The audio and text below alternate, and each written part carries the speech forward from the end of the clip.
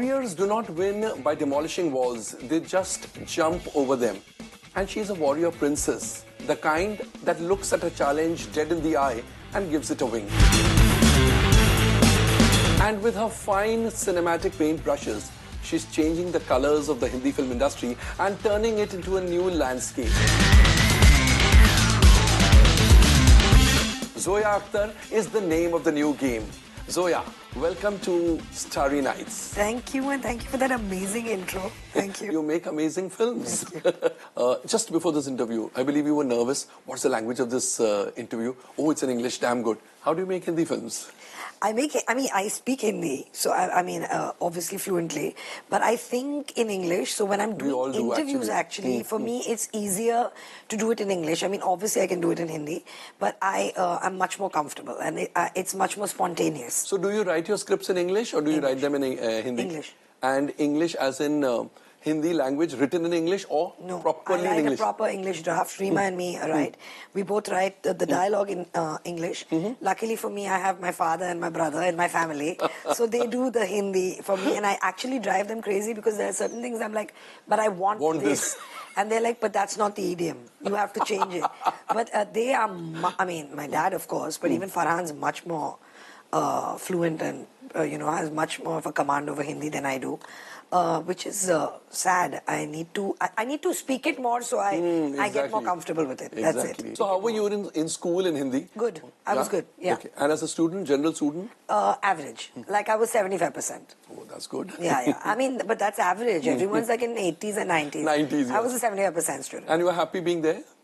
Yeah. Actually, I had no academic ambitions. And surrounded as it is, you were by film people. Yeah, and my parents were very cool. You know what I mean? They really wanted us to do what they wanted us to pursue what we were interested in. So if like I really like literature and I would top the class. You know what I mean? Yeah, so if the subject, I really like geography, I did very well in it. So the things that I really liked, I excelled in. And the things that were like middling, I could go any which way with math. If I focused, I was in my 90s. If I didn't focus, I was like 60s and 70s. Yeah, no, 40s. So I could go any which way. So it really depended on that. So who handles your money matters now that you're not so good in maths? Bimal Parekh, one and only. Your chartered accountant. Yeah, the one and only. Yes. But since you do films, I think generally for your brother's company, there's not much to discuss about finances. I mean, there is, of course, you have to, but it's like it's quite simple in that sense, you know what I mean? Because it's like home territory.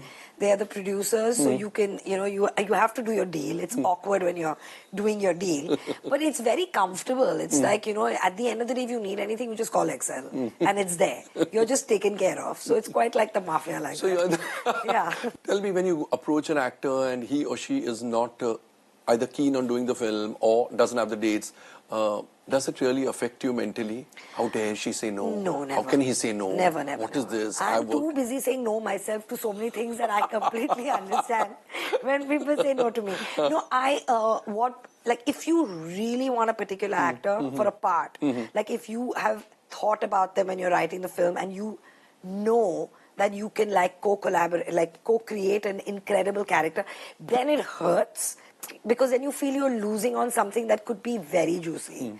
So that it's like, damn, I only imagined him or her, and now I don't have that person. Has it happened in any of your films? In all my films. Like? Yeah, all my films. You always get rejected, at least me.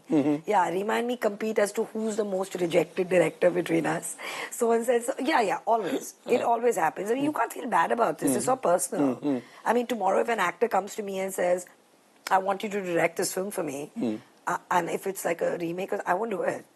So, I mean... You're anti-remakes? No, I'm not anti-remakes at all, but I feel like I should be able to put something in there that's not been done. Correct. I should have a perspective or a treatment or a take on it that is fresh and new and is a reason for the film to get remade in the first place. Correct. Otherwise, I'm not interested. And right now, I mean...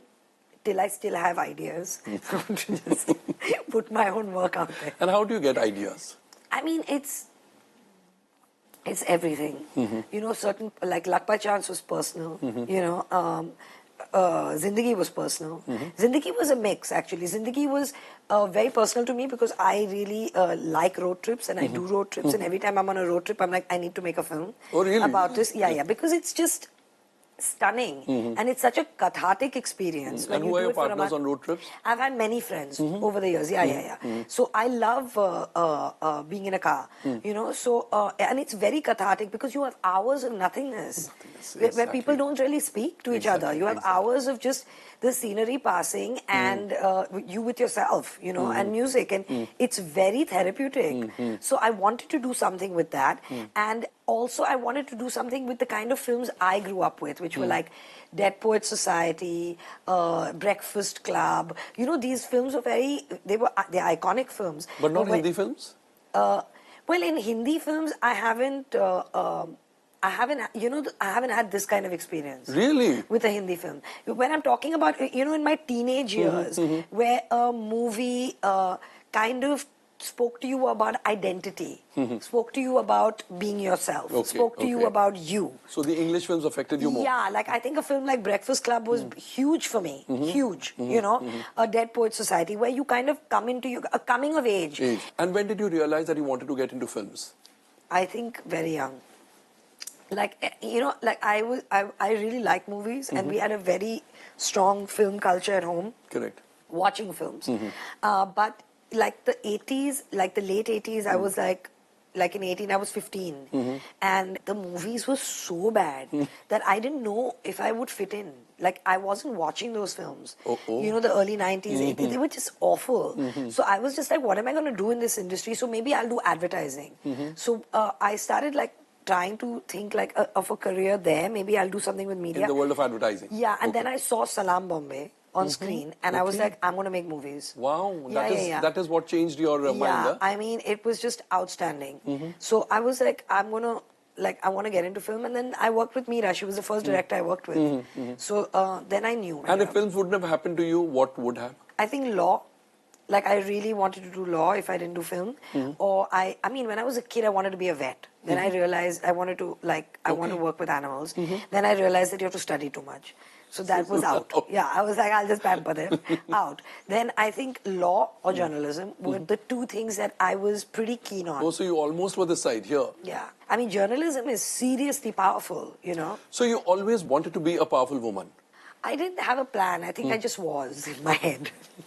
No, I didn't have a plan that I want to be powerful. I think I was just attracted to these things. Or powerful people. Yeah, I was attracted to expression, I think, of any kind, you know, attracted to putting your viewpoint out there, you know, in that sense. And weren't you attracted to any guy? You've never thought of marriage? Of course, but I mean, it's not a pressing or issue. Or you're too busy with your... No, that's not true. I just feel like I mean, obviously I've had relationships, and but it never organically went there. And if it's not organic, I mean, I'm not going to get married because it's my time. I mean, you can't get married for those reasons. But was it because you were too busy with your pursuits? Maybe. Maybe because till I made my first film in my 30s. Correct. And till then, I mean, if anyone even said marriage near me, you know, like it wasn't in my head. I just wanted to make movies. So I needed to get my career on track, and it's not just needed. That's all I wanted to do. So once I started doing that, I was busy. But now when I think back, I'm like, it has to be organic. Obviously, I've never gone to bed thinking of getting married or woken up thinking of getting married. So clearly, if it's not in my headspace, it's not in my life. You know what I'm saying? Like, I've thought of making a film and going to bed and making a film when I wake up, and that's my life. So what comes to you comes to you. I mean, you are also making your choices, and therefore your life is panning out that way, you know? So, yeah, I mean, I'd be really happy to meet someone, fall in love, have a partner, marriage or no marriage. I'm very, very happy to do so. And, yeah, if it happens, it happens. Yeah. And is it happening anytime soon? What? Marriage or partner? Or... No, not yet. I not mean, at all. have you seen our city not we live in? The city we live in. Not conducive. Yeah. Being from a film family, is it only films in conversation whenever you're talking at the dinner table, breakfast table? No, I mean, there's a lot of film conversation, of course, and there's a lot of conversation about movies, and there's a lot of conversation about movie people. There's a lot, you know what I mean? There's a lot of, but there's a lot of political conversation. There's a lot of conversation about travel, about art. Because I mean, everyone, luckily in my family is interested in many things. It's not just films, you know. So yeah, there's tons. It's like a wider And spectrum. filmy gossip must be real fodder. Yeah, but the gossip is quite lame, you know, like... And that is more with friends than family, I think. Yeah, but even family, because everyone is in the business and everyone knows everyone. So it's very easy to talk. But there's, honestly, the amount of gossip that's touted doesn't really happen. You know what I'm saying? That's why probably it's gossip. It's called gossip. There's nothing really, there's no real scandal happening, you know, so to speak. So you mean to say all these scandals that get printed about or written about or now shown on television, they are figments of imagination? Some. Not all. Not all. Of course not all, you know, but some are. Yeah. When something bad is written about you or about your film, how do you react? It depends on what it is. You know, sometimes you can read something that's a critique and find something in it that's truth, you know, and that can be like, you know, I got caught, or that's a correct observation and I should think about this the next time.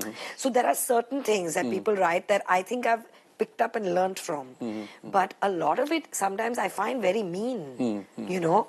Like this journalist, when he wrote about Zindagi, he was just mean about the actors.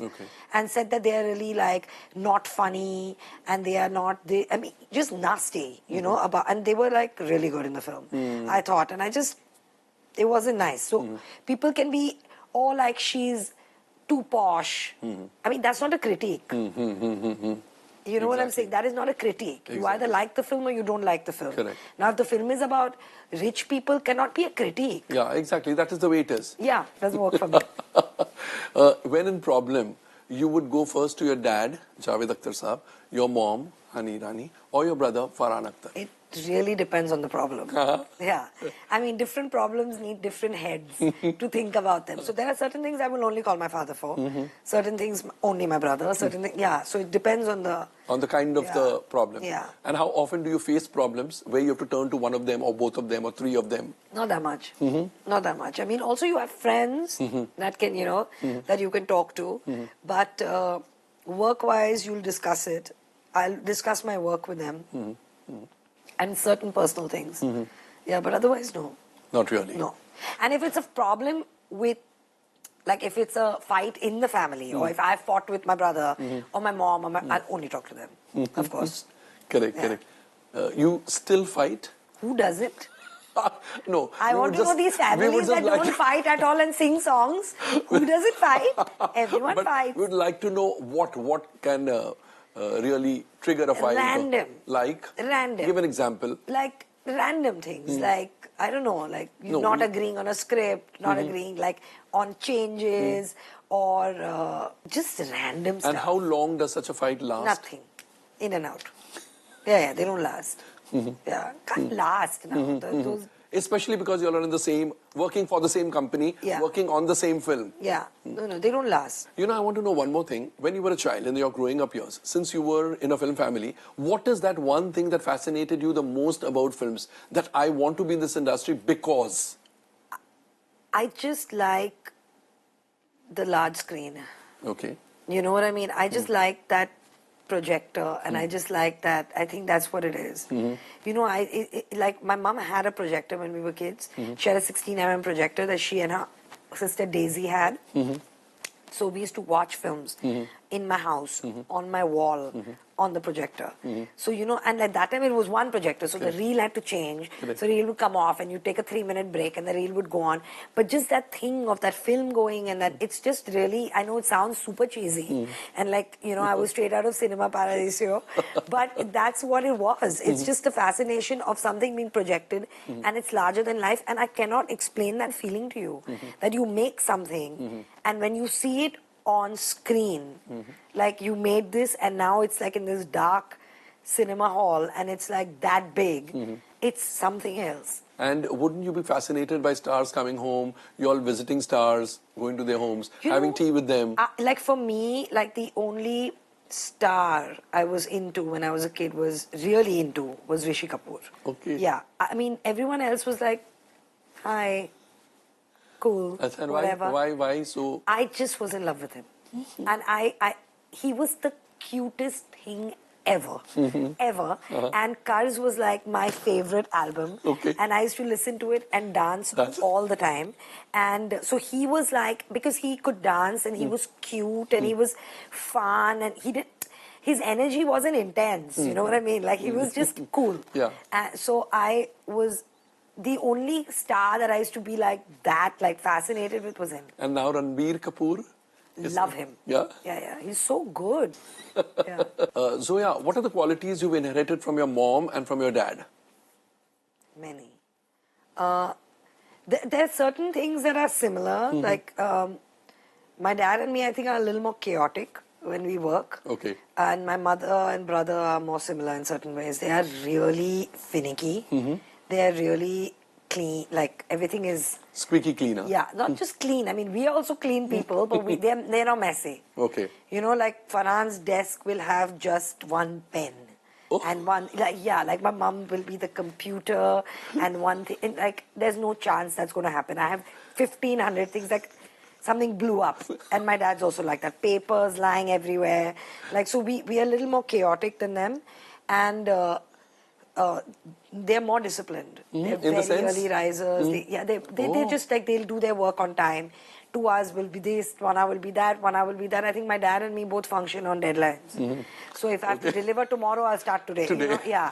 So or probably if you deliver today, you'll start tomorrow. Yeah, my brother's more like my mum, like that. He's very disciplined and very punctual, and yeah. Okay. I mean, I'm also punctual, but he's really punctual. Punctual in this industry where time doesn't matter. Yes. Yeah, like I think our mum has damaged us because she's Parsi, so you can never be late. So we had to always be on time since and in this industry, we have gone to parties where we were the only people at the party. Like the host is not there. And I always tell my mother, you have ruined us. But like now it's just ingrained. We can't be late. You can't be late. Huh? We can't be late. It's not possible. Yeah. And in this industry, that's quite I don't even know whether to call it a virtue or a vice to be on time. It's damage. It's damaging. Like and to be late, you have to make that effort. No, we won't go, and then you'll call, and then you'll be like, it's not starting. Yeah, we must go half an hour late. It's like a plan. You know what I mean? Like we have to plan to be late because it's just like the reflex is to obviously go when called. Yeah. But anyway, that's a very nice quality. So your mother hasn't damaged you all. She's actually disciplined you all. Yeah. Zoya, now we'll go in for a rapid fire round of questions. The first set of questions you have to answer only in yes or no. Okay. We won't probe, but we just might probe. Okay. Yeah. First, have you ever dozed off in a cinema? Yes. Have you lied at a trial show? Yes. Do awards matter? No. No. Matter in the bigger picture, no. Are friendships real in the industry? Yes. Have you been on a blind date? Not yet. Will you ever date a Bollywood actor? Can never say never. So, yeah. Does love happen luck by chance? Sometimes. Yes. Yes. Do you believe in marriages? Yes. Now the next set of questions you have to answer in one word. Okay. Or probably 3 or 4 words. One thing you hate about Farhan, your brother? I hate is a very strong word, but what do I hate about Farhan? Yeah, I hate the fact that when he wants to do something, he can really do it. And I hate it not because he can do it, I hate it because I don't have that discipline. Yeah. Your favorite companion on a road trip? I'd say Farhan. Common, yeah. Honesty or diplomacy? Which card do you use on a film set? Diplomacy. One thing about the city that makes you say Salam Bombay? The heart, the people. What lets your dil dhadakne do? Food. A thing you are always in talash of? I think beauty. You know, I think any kind of beauty, any kind of art, yeah. These are the firsts in your life. And what comes to mind when I ask you this? Okay. First day of shooting? Chiplun Dimple Kapadia. Yeah. First paycheck? 19 years old, copywriter, UTV. Wow. Script shop, yeah. And how much was that for? 10 grand. Bad. First celeb crush? Rishi Kapoor. First date? First date, 17 years old, Kabir Bhatia. Still in college? Yeah, I think it's fine if I said his name. Yeah. First kiss? Personal. First breakup? Kabir, my first boyfriend. Yeah. What ifs now? Yeah. What ifs? What if you were stuck up with a Bollywood actress in an elevator? Whom would you want her to be? Katrina. And why Katrina? Because she's my friend. Okay. So you can gossip there also. Yeah, you can hang out. What if you were a soap opera queen? I am a soap opera queen. Kya baat hai? What if you were put in an arranged marriage setup? Who will put me? Have you met my parents? They can't arrange my dinner party. They are not arranging any marriage for me. Nobody's going to put me in the setup. What if you could live the rest of your life as a movie character? What would you be? If I could live the rest of that's a good question. As a movie character, I would be Scarlett O'Hara from Gone with the Wind. Okay. Yeah. Well, Zoya, those were lovely replies to very funny questions, I Yeah. must say. Thank you so much for being on the show, and Thank we've got you a for having certificate. me. Thank you. We've got a cute little certificate for you. Thank you. Oh, how sweet. Nice. And there's a gift hamper for you. Areva. Oh, thank you. Wow. Thank you so much. How nice. Thank you. Perfect. Thank you very much. Oh, how beautiful is this? Thank you. You take longer in writing or making the film? Making the film. Yeah? Because I don't know, can I say bitch? Sorry. The bitch. When your father was such an accomplished writer, you never thought of becoming an actress? My father will launch me someday. I can't act. But I'm a good enough casting director and a good enough director to know that I'm a terrible actor.